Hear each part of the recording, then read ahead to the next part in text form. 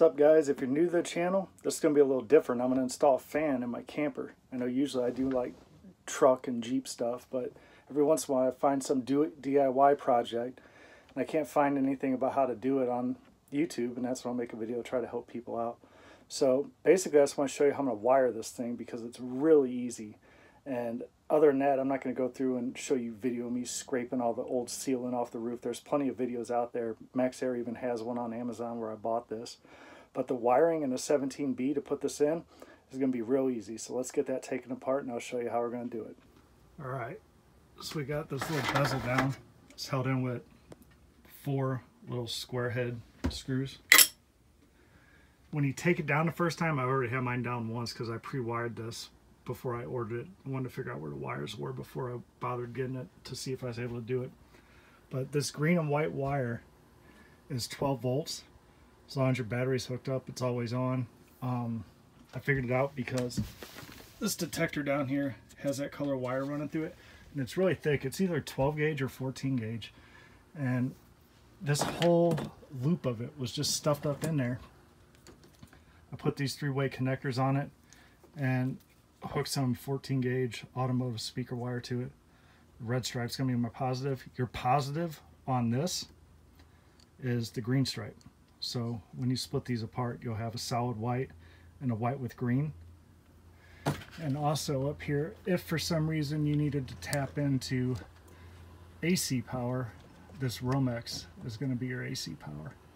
So other than that, if you want to stick around and see what I think of the fan, that's what you shouldn't need to know to install it. That's not already on YouTube. If you guys want to see any other videos, like how I installed these outlets, just basically talk about them, I make videos, or any of my other mods that I've done in here, let me know in the comments. I'll try to put one together. You ever play with Play-Doh when you're a kid? This is like doing that, only it's not fun at all and it completely sucks. So I figured out something I haven't seen before that helped me after like trying to pull it from this way out. I got a painter's tool. Be real careful not to cut your actual rubber, but go along the metal and get it pulled up. I can't do it with one hand, but get it pulled up and then roll it out this way from the metal to the rubber, and it'll be a lot easier than trying to peel it from the rubber in this way. So hopefully that helps you guys. Mine's like, I just bought the camper this year, so the stuff's not very old. Hopefully some of your guys' is dried out and easier to get off, but this is horrible. When you do this, if you have the cover open for doing this around through the other side, it'll give you more room to work. But then you're going to want to go in and close it to give you more room to work on this side. I don't think anybody's really shown this neither. I use the same painter's tool to get it up under that now that all the screws and everything are out. I left a little bit of die-core up here thinking once I flip this forward it'll be easy to remove. But I got this painter's tool up here, just got a little space under it so I can get my hand over there and start prying it up because it's stuck to this butyl rubber. It's all down here. So yeah, it's kind of awkward trying to figure out how you're going to get this up without tearing the rubber. And also I know it'd be tempting just to destroy this because you're so aggravated. This is like 2 tubes of that crap. But just to chuck this and get rid of it. But we have this other one back here that could get broke, so I'm going to do my best to save this and keep it in good shape in case the hail or something busts my other one. Mostly unstuck. Oh, that little duct tape, that's my invention.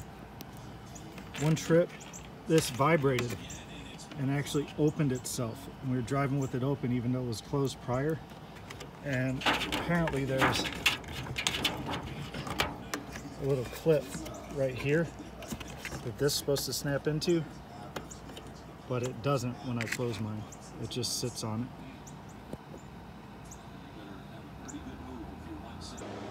What's up, guys? Getting ready to put the fan up on the roof with the ladder, but I found out that I could just throw all my caulking and everything just up on the roof through the hole. It's a lot easier than carrying it all up there with a ladder. Obviously the fan won't fit, but that's some good advice right there. All right, something, I left a lot of this butyl on here. It's like bubble gum. Any spot that came off, I added more. I got a whole nother strip here. I was reading the instructions, and unlike the YouTube videos that Maxx Air puts out for this, it said you could use 100% silicone, like GE2 non-paintable caulk, to seal this to the roof. And I wish I would have known that beforehand, because I love silicone and it lasts forever. And that would have just sealed this up nicely and been so much easier than putting all this butyl tape on. So if you order one of these fans and you want to use silicone instead of this butyl tape, it says you can right in the instructions. But I'm going to double it up and it'll seal good, and then I'm going to put the die-core all around it. But if I would just siliconed it to the roof, it would have been good just like that. This works. You put this little flange on there and then you put the fan in it. If you wanted to do it in the back, I don't know if there's power to that or not, but it would almost stick out to the very back of the camper behind it, because this one can stay open during the rain and it sticks out that far behind the fan. So you need like this much clearance. So if you have a vent pipe or anything right behind your vent, you can't use this style. Something else on the 17B, under this rubber, they left a little chunk of plywood sticking out, and it is on both sides.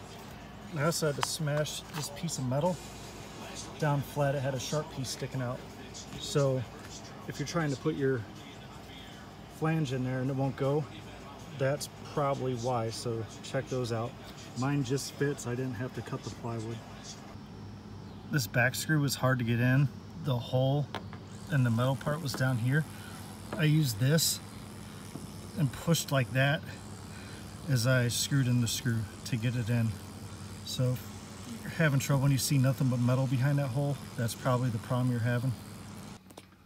Alright, got it all in and mounted on the top side.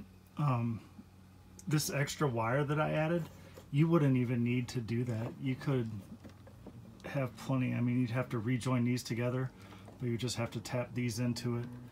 The black one's the positive, so it would go to your green stripe, and the white one will go to your white one. But I'm just gonna cut this really short since I already have it on here, and then put the connectors. It comes with the connectors. The only tools that I used were this painter's tool, a pair of scissors to cut the butyl tape. I got my wire strippers and crimpers for putting the connectors that came on, the caulk gun, the die-core, which I threw away the tubes. I can't get that stuff to keep for anything. I bought all these special things to save it, an airtight caulk thing. It always goes bad, so if you know of a way to keep that stuff good, let me know in the comments, because I get tired of using a little bit of it and throwing it away. So I used the whole tube up there, so I hope I'll never have to remove it.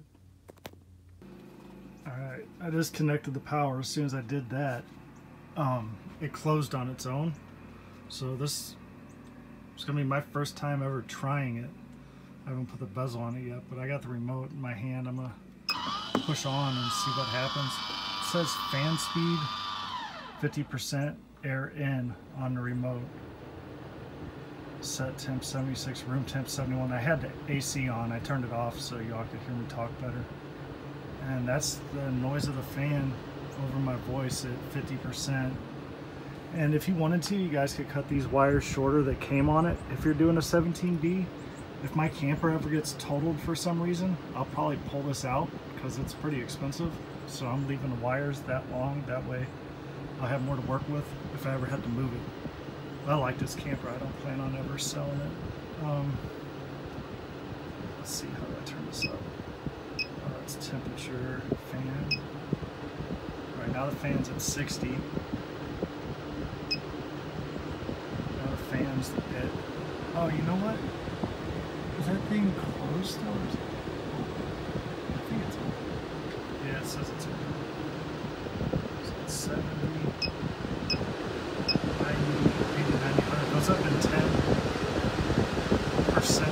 increments. So that's 100%. That's as high as it goes. Blowing in. You can feel some wind under it. It's pretty good. All the windows are closed right now. I don't know if it blow more if I open one.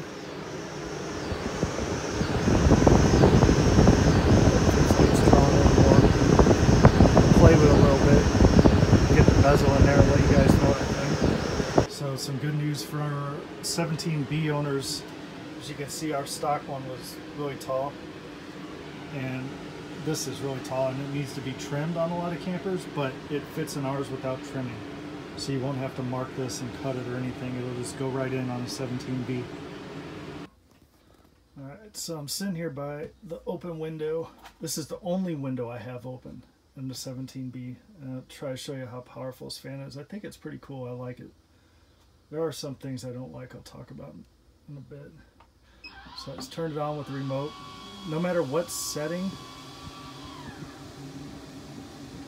it's got the in and the out setting. So right now it's blowing air out, which would be great if you're cooking, getting fresh air in through the windows and exhausting all the smoke and stuff. Since the window on our 17B right by the stove doesn't open, having this fan here, that's a big reason I wanted it here instead of in the bathroom.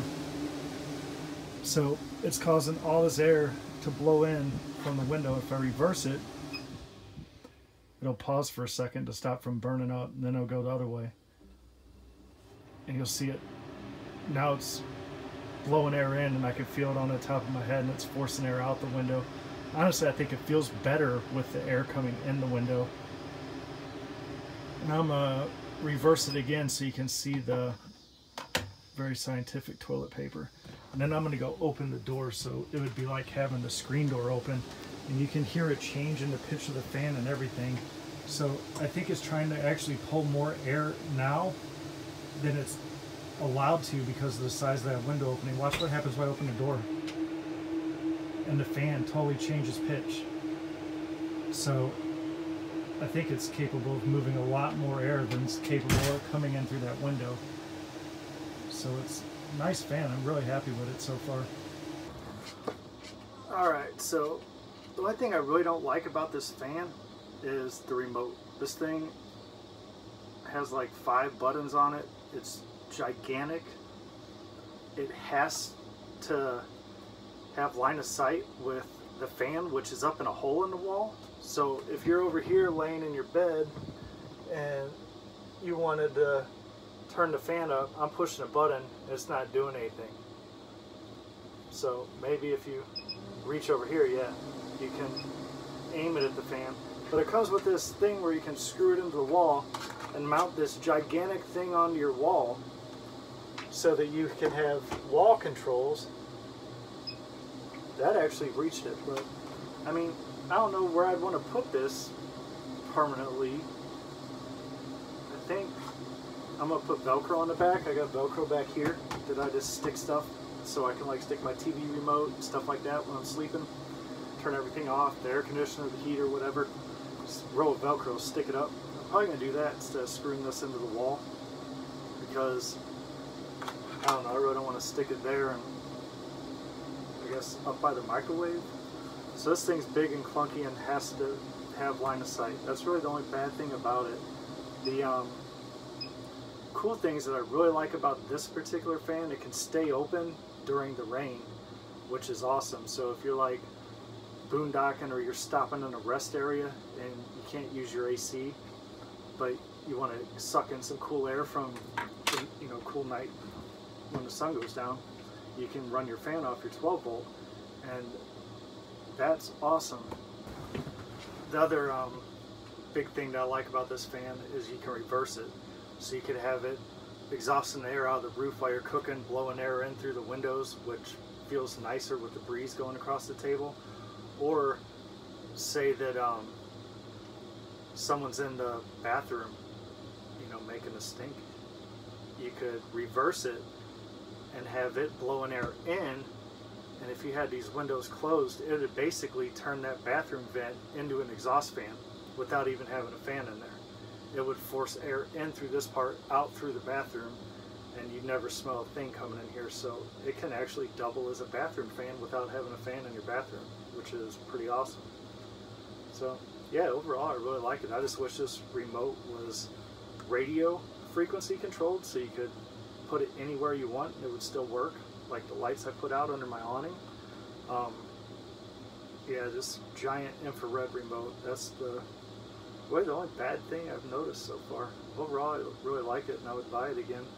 The install was pretty easy, worked out well. Well, if you guys like some of this stuff, you want to see the rest of the camper, want me to walk through and discuss everything I've done here. I've done so many mods, it's crazy. Let me know. Drop it in the comments. I appreciate y'all watching. I hope this helped out. Take care.